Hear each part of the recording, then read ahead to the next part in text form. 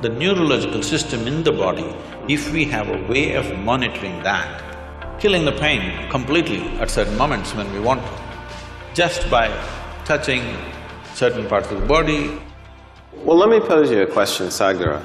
So, we can perhaps work as individuals to, now that I know I take away wakefulness and not consciousness, right? To move towards consciousness. And that's an individual's decision to maybe train in this particular way. So, is there some way that we can harness these insights like you have, harness this understanding, and use it as anesthesiologists to take care of patients? Because if we can reduce it to, or if we can adapt it, I should say reduce, if we can adapt it in that way, that would be very, very helpful, because we would be using the powers in a way that would control, have to use the word, the brain, in a way that would be perhaps more physiologic. I'm not the expert in the subject, but because you're asking me the question, I'll say something. But you're the expert in anesthesiology, is it? Yeah. I'm sorry.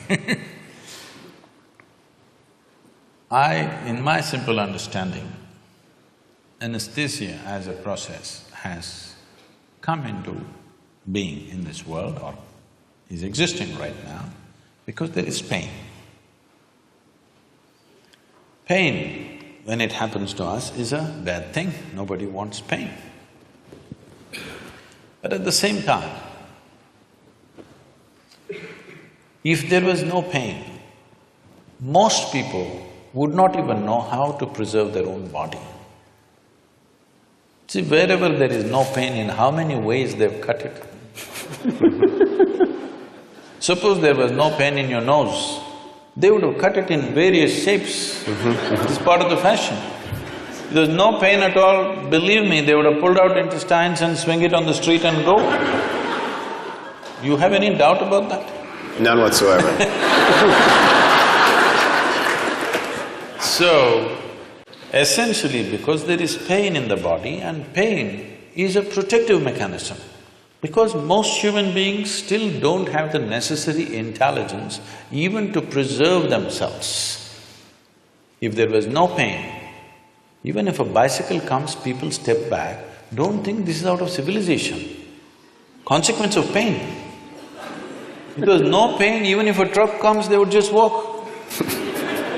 Yes, they would. So, because of pain, so pain is essentially a protective mechanism for us. Without it, people wouldn't know how to stay alive, how to stay in one piece, they would have cut themselves into pieces. So, but sometimes, as what is called as surgery, is in some way cutting people up. Sure. So it has become a necessity to cut someone. How to cut them? With minimum amount of disturbance to the system. That's the whole effort. So in this effort, as you said, essentially you're disengaging different parts of the brain. I don't know if it's an exact science or it's generally getting disengaged.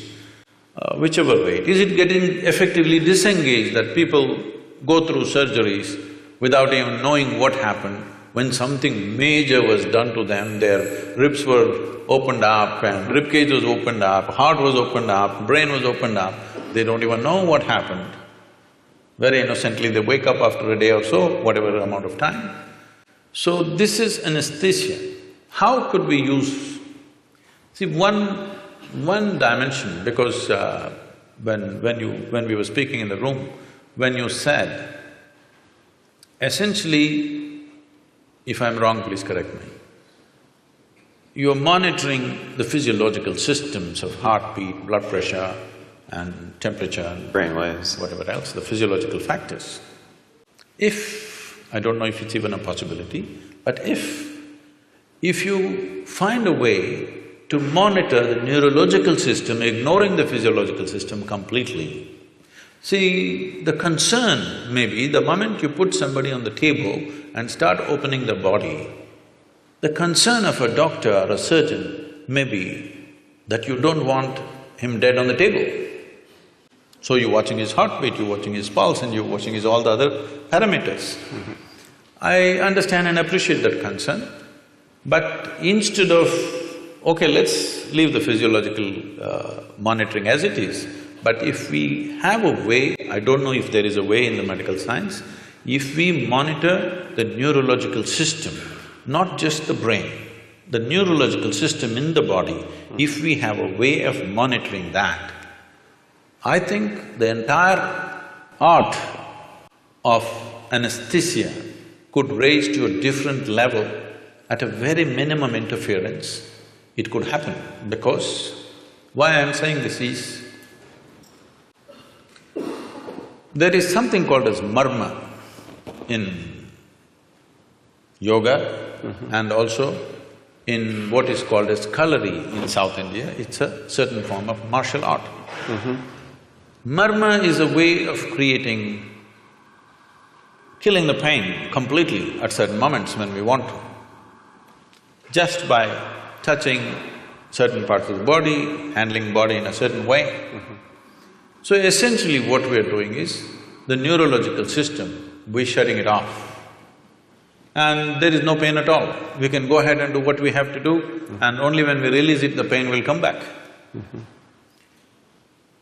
So, using that as a basis, I'm saying, if medical science has a way of monitoring the neurological impulse as it's happening, and if there is some way to introduce anesthetics in whatever form that you use, I don't know all the cocktails that are used, but if it is done properly, probably, I'm just guessing, I'm not an expert on this, probably with 2% or 3% of your medicine, you could still have the same effect on the patient.